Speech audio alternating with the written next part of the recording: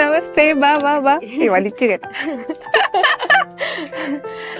How are you? Very good, very good, very good. Okay, ബാ ഒരുപാട് വിശേഷങ്ങൾ ചോദിക്കാനുണ്ട്. ഒത്തിരി മാറ്റമുണ്ട്. ഞാനൊരു നല്ലൊരു സാരിയൊക്കെ കുടിച്ച് നല്ലൊരു ശാലീന സുന്ദരിയായിട്ടൊക്കെ വരുമെന്നാ വിചാരിച്ചേ. കാര്യം എല്ലാ പബ്ലിക് ഫംഗ്ഷനും ഞാൻ ദിവ്യ കാണുന്ന സാരിയില്ല. ഇന്ന് ഇവിടെ വന്നപ്പോ സാരി മാറ്റിയല്ലേ? ഞാൻ വിചാരിച്ചു ഡിഫറെന്റ് ആയിട്ട് ആ ഹാൻഡ് ചേച്ചി പ്രതീക്ഷിച്ചത് തന്നൂല. ബാക്കി നമുക്ക് അവിടെ സംസാരിക്കാം. വരൂ.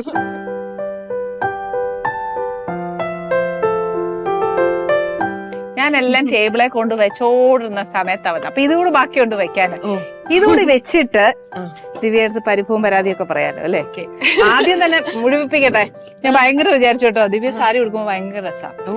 ദിവ്യ എനിക്ക് ഒത്തിരി ഇഷ്ടമാണെന്ന് വെച്ചാൽ born and brought in Dubai. അപ്പം ഇത്രയും ഞാൻ വിചാരിച്ചു ദിവ്യ ഭയങ്കര ഫാഷനബിൾ ആയിട്ട് അങ്ങനെ ആയിരിക്കും ഇതായിരിക്കും. പക്ഷെ ഞാൻ എപ്പോ പബ്ലിക് ഫംഗ്ഷൻ കണ്ടാലും ദിവ്യ ഭയങ്കര സാരിയൊക്കെ കൊടുത്ത് നമ്മുടെ നാട്ടിലെ കുറിച്ചായിട്ടൊക്കെ ഇങ്ങനെ ഭയങ്കര രസമായിട്ട് ഒരുങ്ങി പോകുന്നൊക്കെ കാണാം. അപ്പൊ ഞാൻ ചോദിച്ചത് ദിവ്യ മോഡേൺ ആണോ മനസ്സുകൊണ്ട് എങ്ങനെയാണ്? മനസ്സുകൊണ്ട് എനിക്ക് തോന്നുന്നു കുറച്ച് നാടനാന്ന് തോന്നുന്നു. അതെ, എല്ലാരും വിചാരിക്കും. പക്ഷെ ഇറ്റ് ഡിപ്പെൻസ്, ഓരോ കാര്യങ്ങൾക്ക് അനുസരിച്ച് ഇരിക്കും. നമ്മൾ ചില കാര്യങ്ങൾക്ക് ഇച്ചിരി മോഡേൺ മനസ്സുകൊണ്ട് നാടനായിട്ടിരിക്കും. അതെ അതെ അതെ അതെ പോയായിരുന്നു. പക്ഷെ ദുബായിലൊക്കെ വർക്ക് ചെയ്തിട്ടുണ്ടായിരുന്നില്ലേ? എമിറേറ്റ്സിലും പിന്നെ ഫ്ലൈ ദുബായ്. ആണെങ്കിലും ഈ പറഞ്ഞ പോലെ ഭയങ്കര നാടനാവാനോ ഒതുങ്ങാനൊക്കത്തില്ല. By professionally you have to be like that അല്ലേ? അതെ അതെ ഫോഴ്സ്ഫുള്ളി ആണ്. അതെ, ബിക്കോസ് ഒരു കോർപ്പറേറ്റ് ഓഫീസിലാണ് വർക്ക് ചെയ്യുന്നത്. ഞാനൊരു കമേഴ്ഷ്യൽ ലാസ്റ്റിലെ കമേഴ്ഷ്യൽ ഓപ്പറേഷൻസിലായിരുന്നു. അതിന് മുന്നേ ഏവിയേഷന്റെ ഏകദേശം എല്ലാ ഫീൽഡും ഞാൻ കവർ ചെയ്ത് ഓരോ വിഭാഗം ഞാൻ കവർ ചെയ്തിട്ടുണ്ട്. ഏവിയേഷൻ ആയിരുന്നു ഡ്രീം. അപ്പോ അങ്ങനെ സോ അവിടെ കോർപ്പറേറ്റ് ഓഫീസിൽ നമ്മൾ എന്തായാലും ചില ദിവസങ്ങളിൽ നമ്മുടെ ഓണം ഫംഗ്ഷൻ, വിഷു ഫംഗ്ഷൻ ഒക്കെ വരുമ്പോ നമ്മളെല്ലാരും, ദിവാലി ഒക്കെ വരുമ്പോ നമ്മൾ നമ്മുടെ കൂടെ ഉള്ള ഫിലിപ്പീനോ, റഷ്യൻ കൊളീഗ്സിനെ ഒക്കെ നമ്മൾ സാരി ഉടുപ്പിക്കും.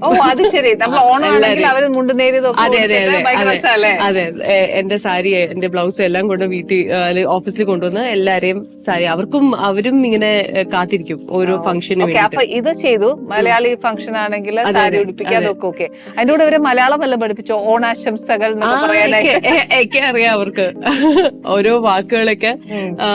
എന്റെ ഒരു മലേഷ്യൻ കൂട്ടുകാരിയുണ്ട്. അവളിപ്പോ ഏകദേശം കുറെ വാക്കുകളൊക്കെ പഠിച്ചു.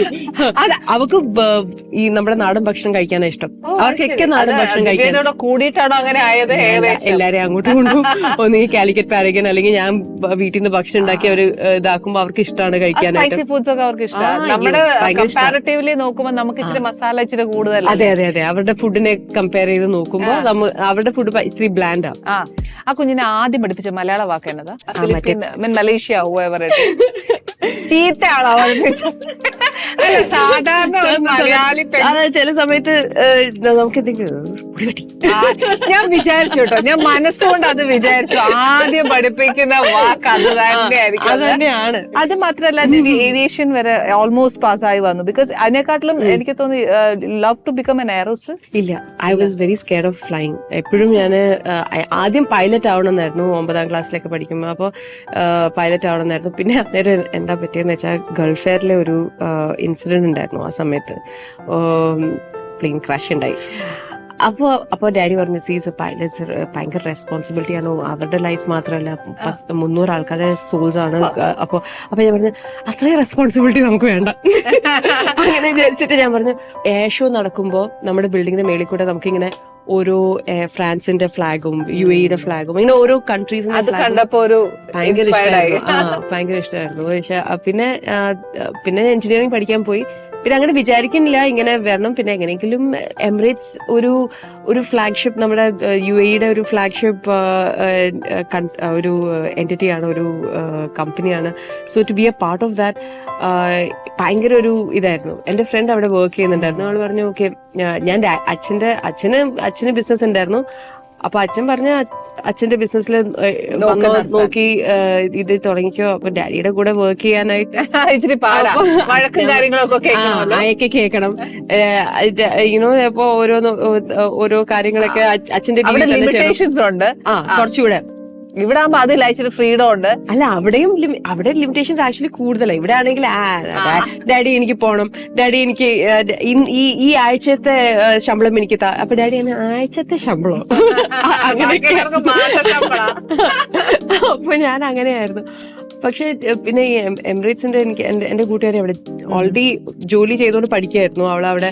അപ്പൊ അവളവിടെ എൻ്റെ അടുത്ത് പറഞ്ഞു, വാ ദിവ്യ, ഇങ്ങനെ ഒരു ഇന്റർവ്യൂ ഉണ്ട്, നീ അറ്റൻഡ് ചെയ്ത് നോക്ക്.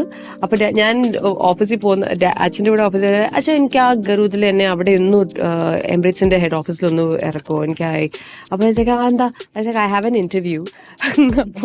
അച്ഛൻ അറിയണേ. അപ്പൊ interview I said daddy just drop me there, I will come back, I am just trying, it's not, ഒന്നും ഉറപ്പില്ലല്ലോ.